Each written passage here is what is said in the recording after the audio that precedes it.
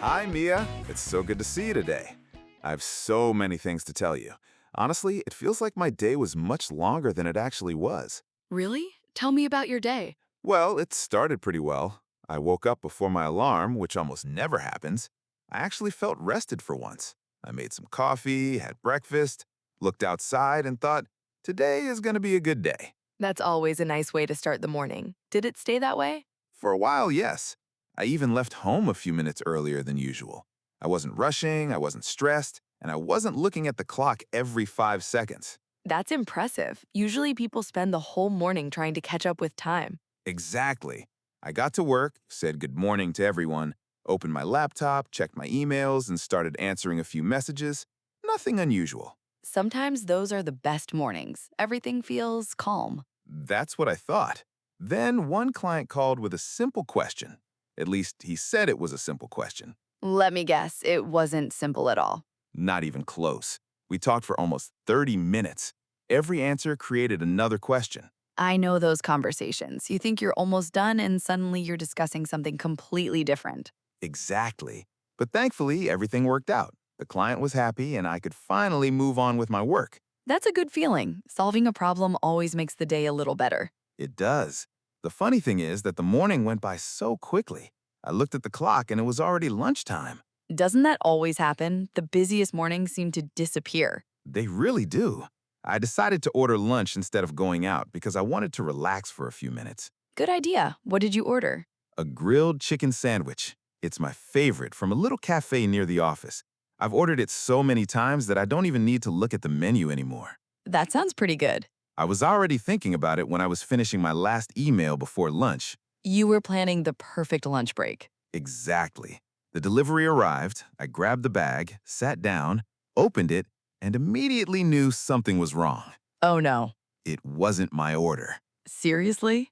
Completely different. Someone else got my sandwich and I got theirs. Was it at least something you liked? It wasn't terrible. It was tuna. I don't mind tuna, but my brain was ready for grilled chicken. Expectations can be dangerous. That's what surprised me. If someone had offered me that sandwich on any other day, I probably would have enjoyed it. But because I was expecting something else, it suddenly felt disappointing. It's funny how our expectations change everything. Sometimes the problem isn't the situation itself, it's the picture we already created in our minds. That's exactly what happened. I just sat there looking at the sandwich for a few seconds, wondering what to do. Please don't tell me you stared at it like it had betrayed you. I may have done exactly that. I wish I could have seen your face. Apparently, everyone else did. My coworkers started laughing before I even said anything. They already knew something was wrong? One of them looked at me and said, "That can't be your lunch." That's hilarious. Then another coworker asked, "Did they forget your food?" I said, "No, they gave me someone else's." What happened next? I called the cafe, explained the situation, and they apologized right away. They told me they'd send the correct order as quickly as possible. That's good customer service. It really was. While I waited, everyone kept making jokes. One person even offered to trade lunches with me just for fun. Did you accept? No, I decided to wait because I had already spent the entire morning thinking about that sandwich. You were committed. Very committed. Did the right sandwich finally arrive? It did, about 20 minutes later. And honestly, it tasted even better after all that waiting. Sometimes food tastes better after you've earned it. I couldn't agree more. At that point, I thought the most interesting part of my day was over. Let me guess, it wasn't. Not even close. The afternoon had a few surprises waiting for me, and one of them still makes me laugh. Now I'm really curious. I can't wait to hear what happened next. So, after lunch, I thought everything was finally getting back to normal. That's what you hoped, anyway. Exactly. I sat down, took a deep breath, opened my laptop again, and started working. For about 10 minutes, everything was quiet. Only 10? Only 10. Then my manager walked over and said, "Lucas, do you have a minute?" Those famous words again. I know. At this point, I should have known that a minute doesn't actually mean a minute. It usually means cancel whatever you were planning. Pretty much. He asked if I could help prepare a presentation for a client meeting the next morning. Wasn't someone else already working on it? They were, but one of the team members had to leave early, so Everyone jumped in to help. It quickly became a group project.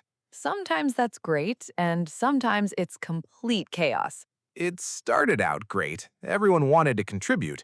The funny part was that everyone had a completely different idea. Let me guess, nobody agreed on anything? Exactly. One person wanted more charts, another thought there were already too many, someone wanted brighter colors, someone else wanted a completely different first slide. That's the classic too many cooks in the kitchen. That's exactly what it felt like. Every suggestion sounded reasonable, but together they made everything more complicated. I've been there. Sometimes you spend more time discussing the presentation than actually creating it. That's what happened. At one point, someone looked at the screen and asked, "Should we just start over?" Oh, that's the sentence nobody wants to hear. The whole room went silent for a few seconds.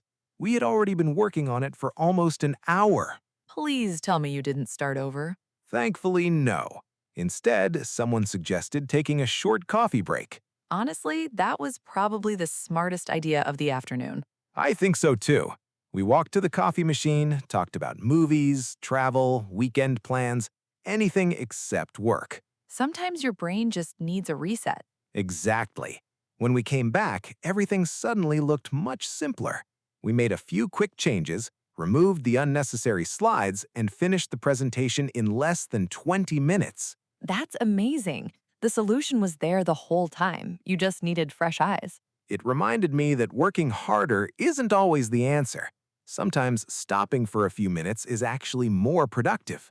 I completely agree. People often feel guilty about taking a break, but breaks can save a lot of time. By the end of the afternoon, everyone looked relieved. We finally sent the presentation to the client and closed our laptops. That must have felt satisfying. It really did. One of my coworkers asked if I wanted to grab a coffee before going home. Another coffee? How many cups had you already had that day? Honestly, I lost count. That's a dangerous answer. It wasn't really about the coffee. We just wanted to relax before driving home. We sat outside the cafe and started talking. About work? At first. Then we somehow ended up talking about old school memories, our first jobs, and the embarrassing things we did as teenagers. Isn't it funny how conversations change? You start with one topic and end somewhere completely unexpected. That's one of my favorite things about talking with friends. You never know where the conversation is going. Those are usually the conversations you remember the most. Exactly. We were laughing so much that I completely forgot about the time. Let me guess, when you finally looked at your watch? It was rush hour. Perfect. We laughed, finished our drinks, and waited a little longer before leaving. I thought the rest of the evening would be nice and quiet. Somehow, I don't think your story is over yet. You're right. On my way home, I decided to stop at the supermarket. I only needed a few things. Somehow, I have a feeling that your quick stop at the supermarket turned into another story. I can't wait to hear it. Well, I really did only need a few things: milk, bread, some fruit, and maybe a bag of coffee. I told myself I'd be in and out in 5 minutes. That's what everyone says before spending half an hour at the supermarket. Exactly. I grabbed a shopping basket instead of a cart because I wanted to make sure I didn't buy anything extra. That's actually a smart strategy. It usually is. The problem is that supermarkets are full of distractions. They really are. You walk in for 3 things, and suddenly you're looking at kitchen gadgets you don't even need. That's exactly what happened. I walked past the bakery first, and the smell of fresh bread completely changed my plan. Fresh bread is impossible to ignore. I wasn't even hungry anymore, but suddenly I thought maybe I should get some. That's how shopping baskets slowly become heavier. Then I saw a display with cookies on sale. Let me guess, you weren't planning to buy cookies either. Not at all, but there was a sign that said buy 2, get 1 free. Supermarkets know exactly how to convince people. They really do. 5 minutes later, I was carrying cookies, juice, cereal, and chocolate. None of which were on your original list. Exactly. I looked into my basket and thought, how did this happen? I ask myself that almost every time I go shopping. I finally found the milk and the coffee, so I figured I was done. Then I remembered I still needed bananas. Of course, the one thing you actually needed. I walked over to the fruit section and started picking a few bananas. That's when something funny happened. I'm listening. A little boy, maybe 5 or 6 years old, looked at my basket, looked at me, and asked, "Is all of that for you?" No. Yes. His mom immediately apologized, but I couldn't stop laughing. Kids are brutally honest. They really are. I smiled and said, "Well, most of it is." That's a perfect answer. The little boy looked at the cookies and said, "Those are my favorite." I already like this kid. Then he pointed to the chocolate and said, "Mine too." Sounds like he approved of your shopping. Apparently, his mom laughed and told him they needed to keep shopping, so they walked away. Moments like that can completely change your mood. They really can. I had been thinking about work all day, and suddenly I was laughing because of a random conversation in the supermarket. That's one of my favorite things about everyday life. You never know when a stranger is going to make your day a little bit better. Exactly.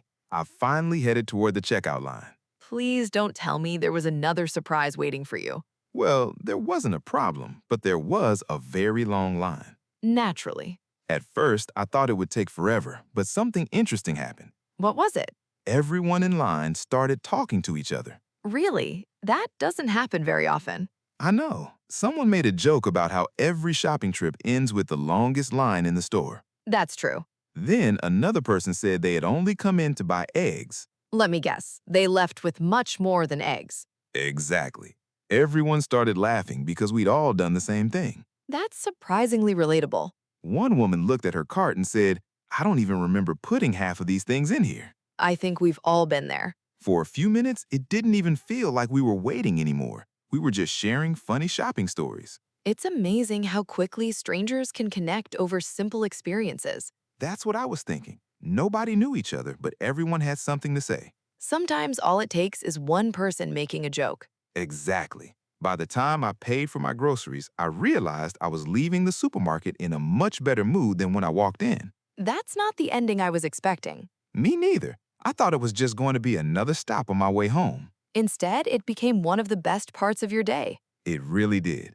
Funny enough, I barely remember the stressful moments at work anymore. The things I remembered most were the little conversations I had during the day. I think that's how life usually works. We spend so much time worrying about meetings, deadlines, and problems, but later we remember the unexpected conversations, the funny moments, and the people we met along the way.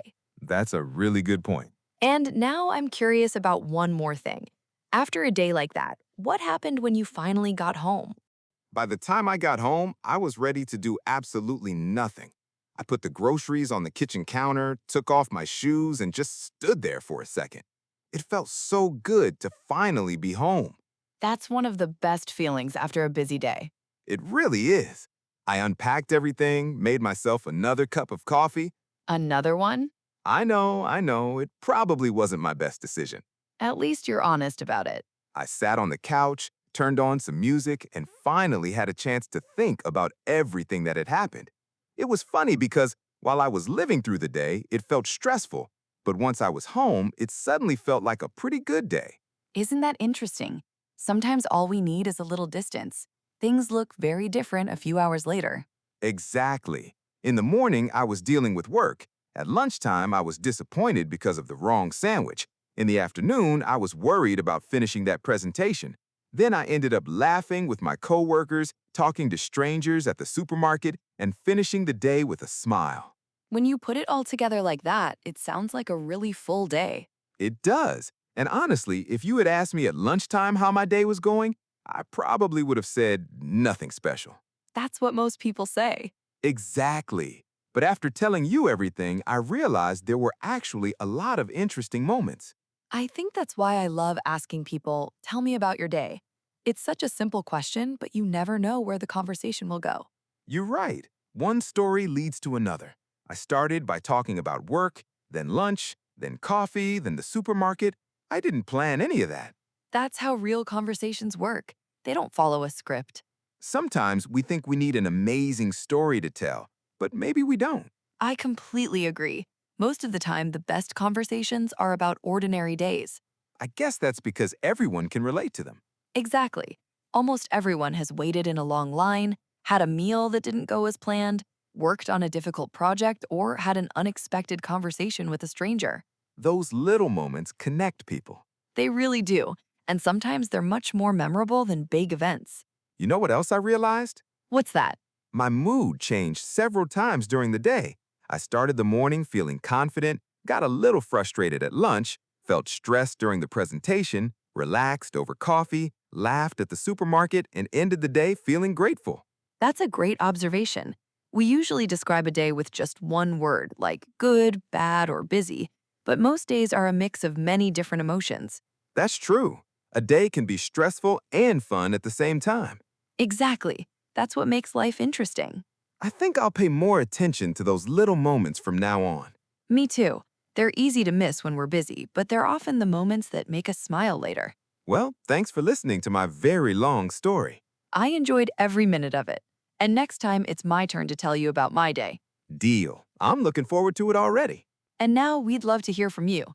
Tell us about your day in the comments. What was the best part of your day? Did anything funny, surprising, or unexpected happen? It doesn't have to be a big adventure. Sometimes the smallest moments become the best stories. We really enjoy reading your comments, and who knows, maybe your story will inspire a future episode. If you enjoyed today's conversation, don't forget to give this video a like. It really helps the channel grow. And if you're new here, subscribe so you don't miss our next English podcast. We have plenty more conversations, stories, and everyday English coming your way. Thanks so much for spending part of your day with us. Take care, keep enjoying your English journey, have a wonderful day, and we'll see you in the next episode. Bye!